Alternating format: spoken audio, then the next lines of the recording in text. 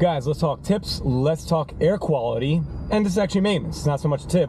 You want to make sure that the air quality within your car is the top notch, right? Easy way to do this, make sure your cabin air filter is in great condition. First of all, let's start with where we can find it. We're gonna need to go to the other side for this. On this 2013 Ford Focus, we start off by taking and just pulling out these two little clips.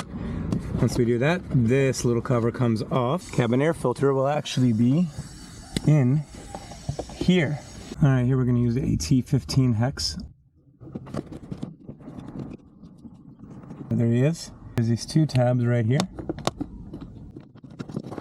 And this exposes where the filter is. Old filter, new filter. If you look at a new filter, you're gonna see a little flow arrow. You want this pointing towards the cabin. Like that. Good.